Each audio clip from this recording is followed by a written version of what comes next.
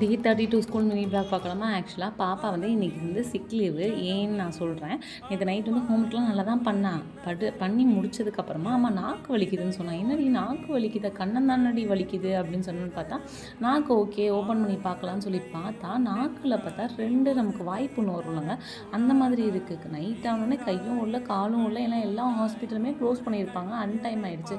So 10:30 ஆகிடுச்சு. So தேடி கண்டுபிடிச்சி ஒரு ஹாஸ்பிட்டலில் போய் பார்த்தா அவங்க எமர்ஜென்சி வார்டில் தான் வச்சு பார்க்க முடியும்னு சொன்னாங்க.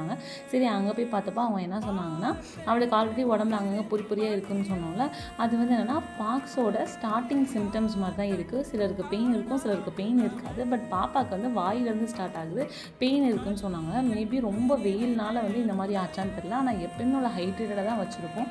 ஆனாலும் இந்த வெயிலுக்கு வந்து அது பத்தலை போல்.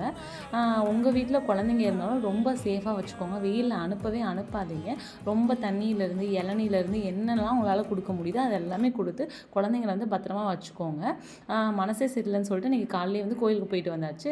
டாக்டர் என்ன சொன்னாங்கன்னா, ஓகே அதுவாகவே க்யூர் ஆகிடும், 7 days வந்து குவாரண்டைனில் இருக்கணும்.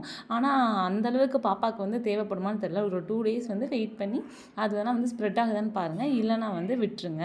ஜஸ்ட்டு வந்து அன்சால்டட் பட்டர் மட்டும் கொடுங்கன்னு சொன்னாங்க. ஸோ அன்சால்டட் பட்டர் மட்டும் அவளுக்கு எங்கெல்லாம் புண்ணு இருக்கோ அங்கெல்லாம் தேய்ச்சி விட்டேன். சும்மாவே அவள் நல்லா வந்து பட்டர் சாப்பிடுவாள். கிருஷ்ணனுக்கு மேலே பாதி டப்பா சாப்பிட்டுட்டு எப்பயும் போல் வந்து கொஞ்சம் ரெஸ்ட் எடுத்தால் ஓகே இன்றைக்கி அவளோட டேன்னு சொல்லிட்டு விட்டாச்சு. ஸோ ஃப்ரீயாக அவளுக்கு என்னெல்லாம் பிடிக்குதோ அது எல்லாமே வந்து பண்ணிக்கிட்டு இருந்தாங்க.